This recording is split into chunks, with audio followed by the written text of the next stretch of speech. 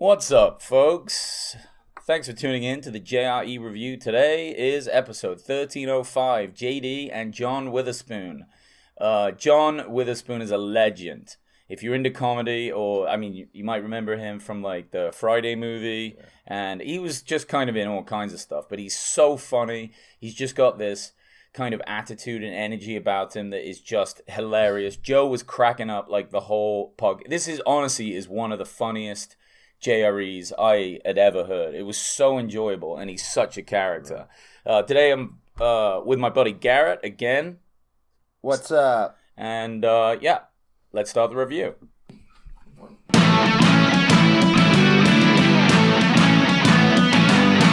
Welcome to the Joe Rogan Experience Review, where each week I review every single episode of the Joe Rogan Experience. What more do you want? So this guy, John, he was on with his son, JD. JD is a stand-up as well, and is always performing at the Comedy Store, and that's how he mentioned that he was John Witherspoon's kid, and Joe was like, I love him, he would get you guys on, and did not disappoint. One of the best parts was towards the end when they were suggesting to him, why don't you do a podcast, right? Because this guy is so funny. He really should do a podcast. Great way for him to promote his shows and get people there and all the rest of it. And he was like, what the hell's a podcast? And they had to tell him, you're on one. This is what we're doing now. And that just cracks me up. This guy was just in another... I'm curious if that's like a generational thing. I'm just thinking about that right now. Like I don't give a fuck, but it's not like don't give a fuck like in a bad way. It's just like, that's who I am. Like that, his character is just, that's who he is. I think he just does him, and he's not asking a lot of questions. Right. He just shows up, does it, gets on with it. Like he even talks about, because he kept talking about his money, his paper, and he loves calling the bank.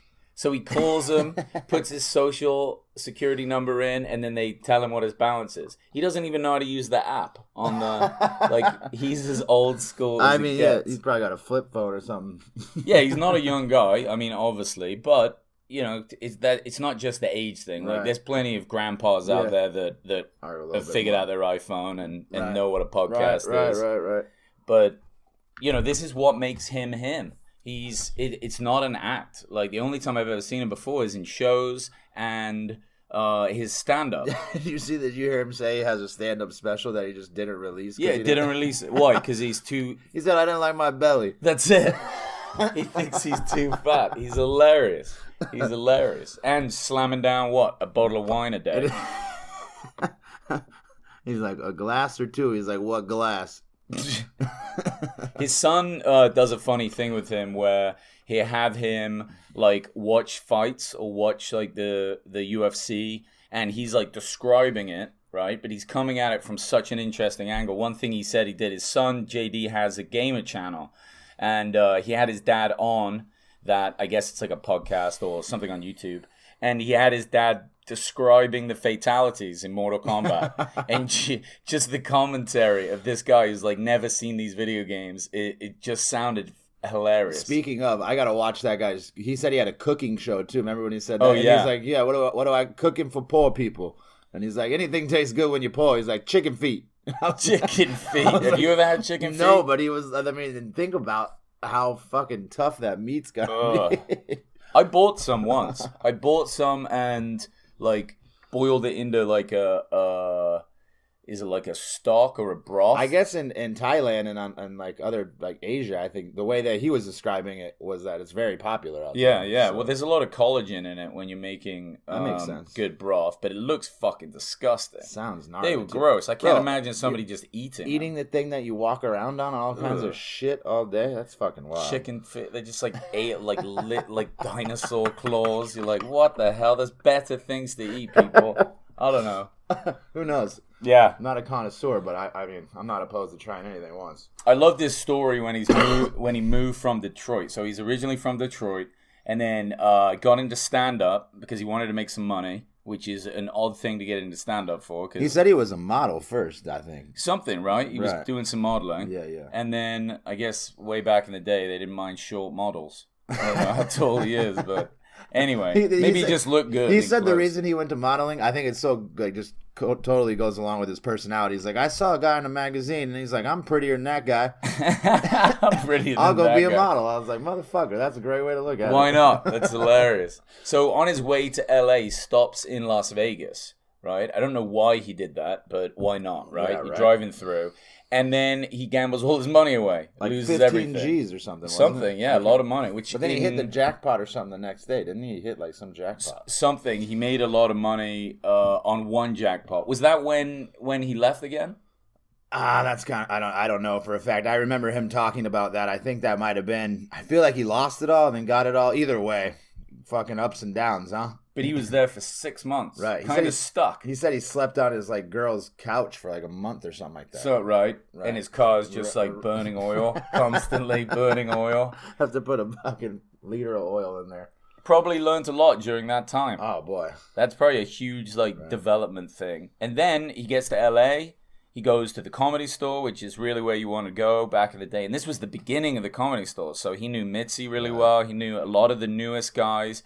And he became the security guy there, which is, this. A lot of guys have worked up I think that he way. said him and Letterman did something, didn't he? I can't remember. I think he said him and Letterman were like the hosts of the Comedy Store initially. Is that right? I believe Letterman? so. Okay. I believe so. Yeah, he was like, this when Letterman had no money.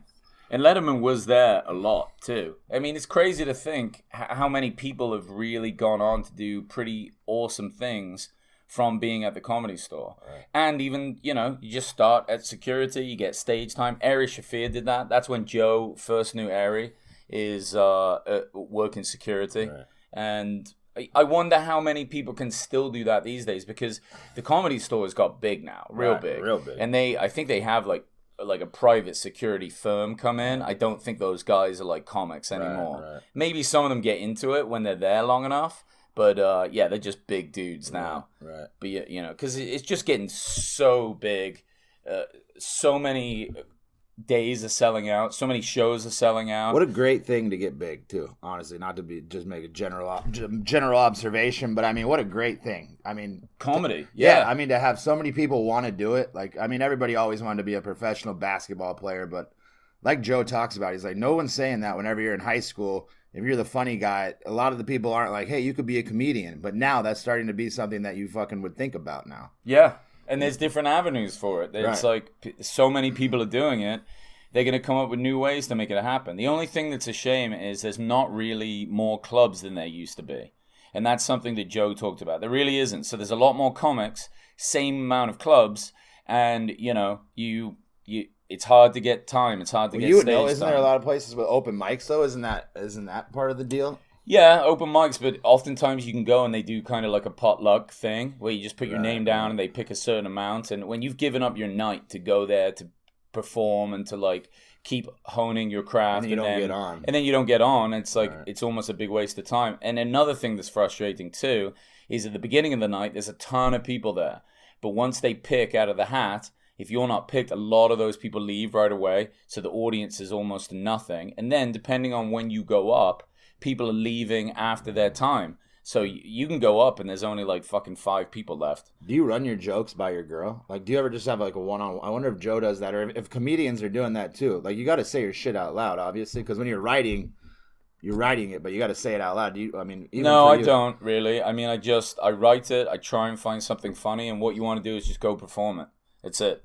That's the only way you're going to know. Right. Some of your friends could be like, oh, that's a good joke or whatever, but you have no idea until you get up on stage, and you have to set it up. Right. You have to put it in the right spot. Timing's and everything. And of course, you could have a really great line, but if it doesn't fit with like the other bits that you've put in, or the energy of that moment isn't quite there, you could just lose it. Right. So you're always kind of working, and that's why you want to be up there as much as possible. Just That's just how you want to do it, better, for sure. Right? Yeah. Practice. Yeah. One of the best things about Witherspoon's really is like his conversations and stories with the old comics, like Pryor. So he knew Pryor back in the day. How fucking awesome would that have been? Like, he got to hang out with him every Sunday. He said Pryor was making $250K in like '79 for those shows. Jesus. You know how much dough that is? That's that's much. Such dough Is now. that, but is that then. how much do you think that's worth? I Is mean, that like $1 million something, a show? You would think. In the 70s, yeah, right? $250K in the 70s was fucking a lot of loot. How much was like a Corvette in the 70s? I don't know. I mean, Is it like 10 grand? I was gonna say probably 10, 20 grand. Okay, so like 6 times different. I well, then imagine, yeah, $250,000 would be like $1 million a show. I would think that would be probably appropriate. That's unbelievable. And imagine just going over to Pryor's place, chilling out, having a laugh, being around like a great like that, who is also a total lunatic, probably doing fuck tons of blow. Just birds everywhere, unconscious in the house. It's like a level of rock star. Completely. Yeah, and the fact that he was just in Detroit, had no money, and then stuck in Vegas, and now he's at the Comedy Store doing this. Yeah, unbelievable. I really do hope that not only Witherspoon should come on again. He was a great guest. I hope he does. He should also definitely start a podcast. Oh my God, that's what he was saying too. He was like, you were funny then, but there's certain people that are just timeless. Like, you'd be fucking funny now, just as funny as you were then. You know what I mean? Dude, he could just talk about the weather. Right. He could just pick something. Just talk. Period. Just talk. He could talk on his own. Right. He's such a character, and the fact that all he had to do was just be him on stage and not be afraid of it, and just the way he kind of puts together his sentences. Brilliant. Right. So unique. Totally. Really, really unique. But anyway, check out that conversation. It was funny as hell. If you smoke weed, smoke a bit, then listen to it. You'll be laughing your ass off. But you laugh anyway. He's a legend of comedy, and it was great to have him on. And you could tell Joe is a big fan, and just loved it. Really got into it. So anyway, guys, thanks a lot. And Garrett, thanks for joining me, buddy. Thank you, bud.